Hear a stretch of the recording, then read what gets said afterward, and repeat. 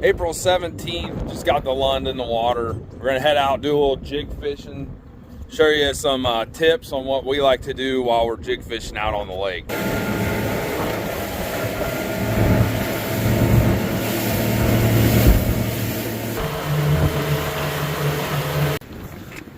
Okay, we're just getting ready to get set up. We're currently in 12 foot of water, pretty windy today. I got a 30-inch drift sock here. We're gonna get that out. We actually have 2 of these, so we'll get both of them out.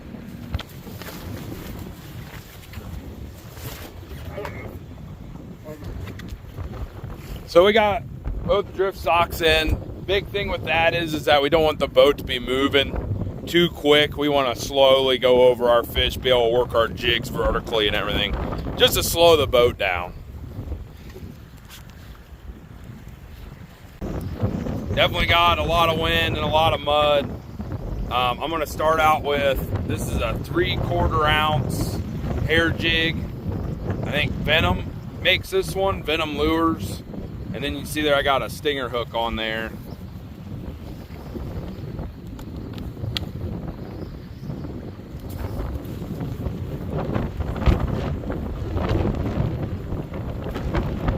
Big thing I'm gonna do, I'm gonna cast out.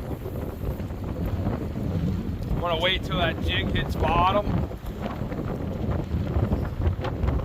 I'm gonna reel up my slack, and then I'm just gonna give it a pop.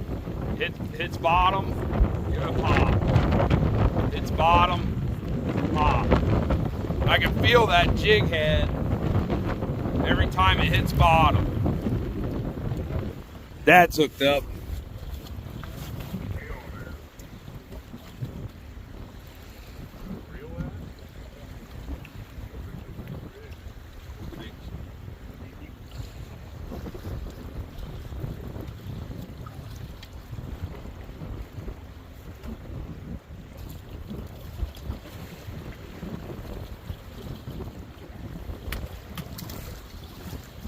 Oh yeah.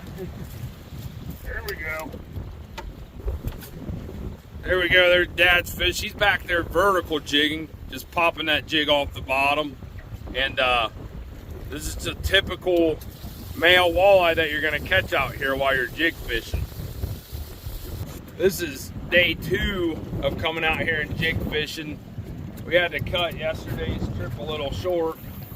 The wind was just howling, we were in muddy water, and then we actually had some bad storms come in. We're gonna see if we can't put some more fish in the boat.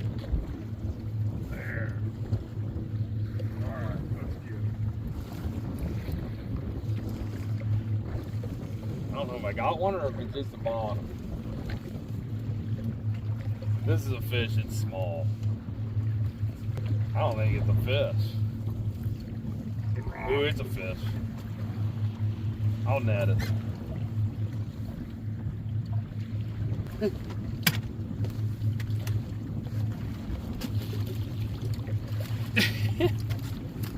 There's a keeper. Gosh, I didn't even think I had a fish on there. He just wasn't doing anything.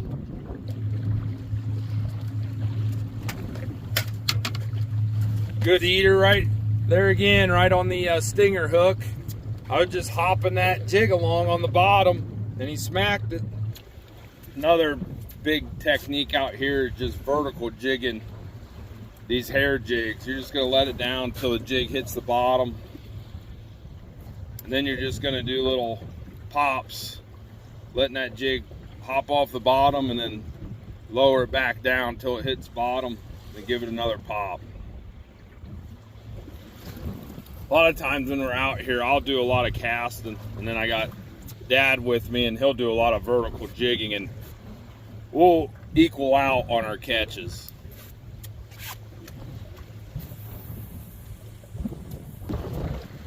Okay, there's a nice one. Pretty typical fish of what you're gonna get out here fishing the reefs. See how that stinger hook's just right in his lip, and that's what got him. When fishing out here, you know, you can really come out with any rod. I like a 25 size reel or 2500 size reel. Having a nice rod's definitely going to benefit you. This is a Eyecon 6.8. medium power, and then it has extra fast action. And then I'm running mono on this. A lot of guys will run braid too. It's kind of a personal preference thing. I find it easier to run mono. It gives me the stretch, and then if I get snagged up, it's easy to break it off and just tie on another jig. So we just snagged this off the bottom. Here's a good example on why you want to have a leader when you're running braid. This guy didn't have any fluorocarbon leader on, and he lost probably half the line on a spool when he had to break this off. Got snagged up on the reef. Pretty unique homemade jig there. He's got the googly eyes on there and everything. Guys, we caught some good ones today jig fishing. I hope you enjoyed the video. I appreciate you guys watching the whole thing. If you guys want to see more like this, please subscribe. Give it a like, a thumbs up. It definitely helps. And I'll see you in the next one.